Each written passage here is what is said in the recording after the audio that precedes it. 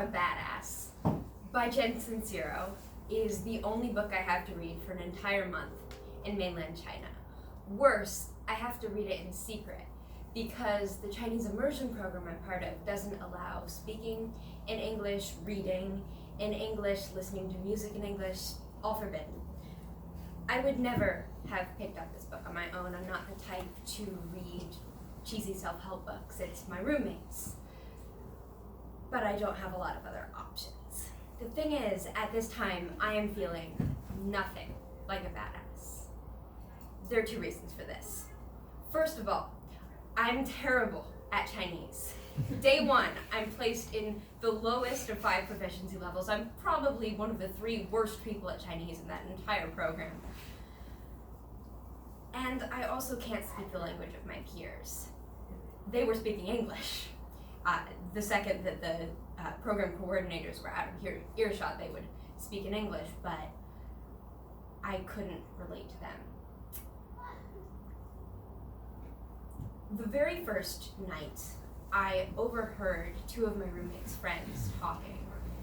They said that their friend's roommate was really lame and she was so disappointed to be with such a boring person. That was me. That sort of set the tone for the rest of the program. Another problem was that I'd just come out at my high school, and I was not having a great time with that. I decided not to come out at the immersion program, which meant that I was also hiding that from my peers, and whenever someone would ask me about, did I have a boyfriend, anyone that I thought was cute, there would be this awkward moment of pure fear. So I didn't have any friends, which meant that I had a lot of free time. During all of this free time, I would do 4 main things.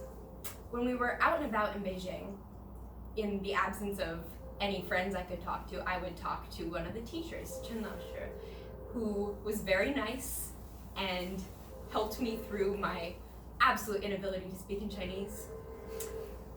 But we also had a lot of time where we had nothing planned and my peers were out taking advantage of China's laxer alcohol laws or getting laid, I assume. I would swim in the pool of the abandoned college campus that we were staying at.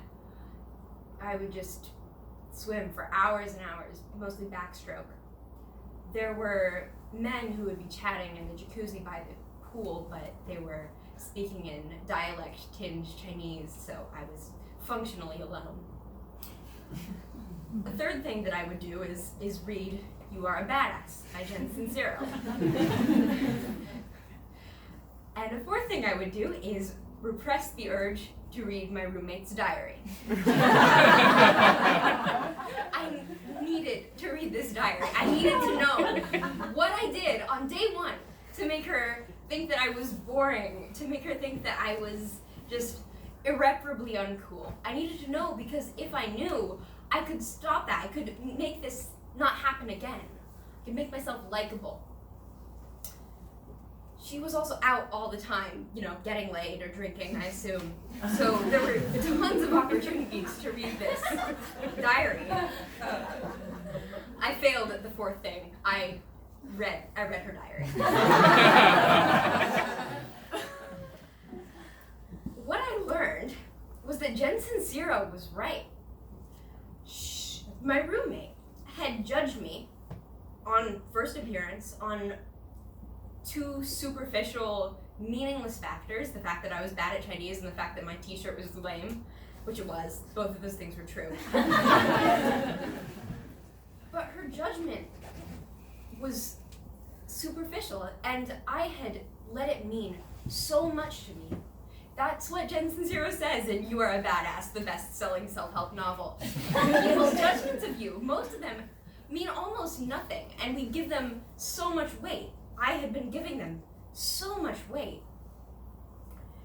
The things that I had been doing because I had no other options slowly but surely became things that I really enjoyed. I was getting much better at Chinese. I was really muscling up from all that swimming I was doing. But most importantly, all this time that I was spending alone with myself, unable to access all these distractions that I had in America, reading, the internet, I was realizing that I was a good person to spend time with. I liked myself, being just alone with myself. I met one of the girls from the program this year in my advanced Chinese class. And I don't know if she would say that I'm a badass, but I do know that we're at the same level in Chinese now. If anything, I'm better than her. And, and we can carry on a normal conversation. I'm not terrified of what she thinks of me. I think that if I were to go back to China now, even if I went back completely alone, I wouldn't be so lost.